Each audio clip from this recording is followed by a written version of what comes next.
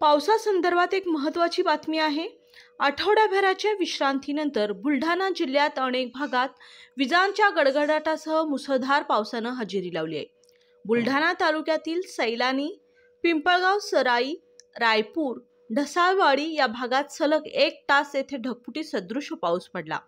या पावसामुळे सैलानी येथील अनेक दुकानात व घरात पावसाचे पाणी शिरले, त्यामुळे व्यावसायिकांचे मोठे नुकसान झाले।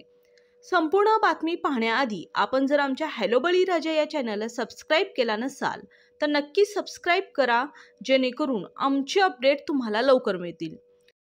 बुलढाणा जिल्ह्यात मुसळधार पावसानं हजेरी लावली आहे। यामुळे अनेक भागातील नदी, नाले, ओढे ओसंडून वाहत असल्याने शेतात पाणी देखील घुसले।